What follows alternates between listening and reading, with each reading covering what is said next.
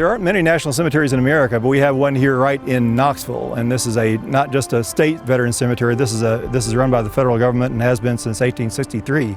This is a great place to come and remember the American dead, and this is a place that's been honored all the years since the Civil War. Well, I'm Jack Neely. I'm Executive Director of the Knoxville History Project, and we're here in National Cemetery, in fact in front of the old Union Monument. National Cemetery is, I think, the oldest Civil War relic in Knoxville that's more or less intact as it was meant to be. This place was established in 1863. It looks new, but this has been more or less the same thing since 1863, when General Burnside, who had just arrived in Knoxville, knew that they were going to need a big cemetery to bury all the Union dead of East Tennessee and even a greater region. And there are more than 3,000 Union soldiers buried here at National Cemetery. More than 1/3 of them are unknown, and that's what their gravestones say. They never could find out any identifying information about it. As you walk around here, you'll see some of the stones say CLD, and CLD stands for colored.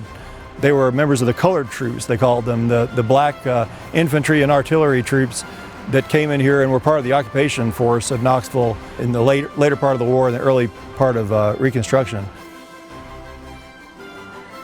There are actually only 2 generals buried here. One is named Joseph Cooper, a Union general in the Civil War.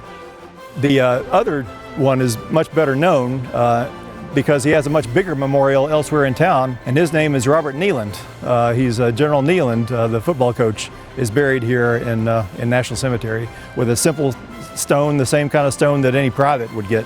He wanted a simple soldier's burial, a simple soldier's gravestone.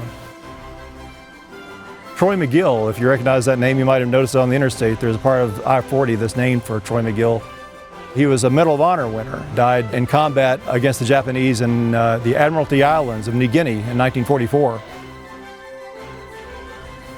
The National Cemetery, it's open every day until about 5. You can look around and I think you'll find it very interesting, more interesting than it looks just from the street, all the different names and inscriptions from the Civil War and every war since then.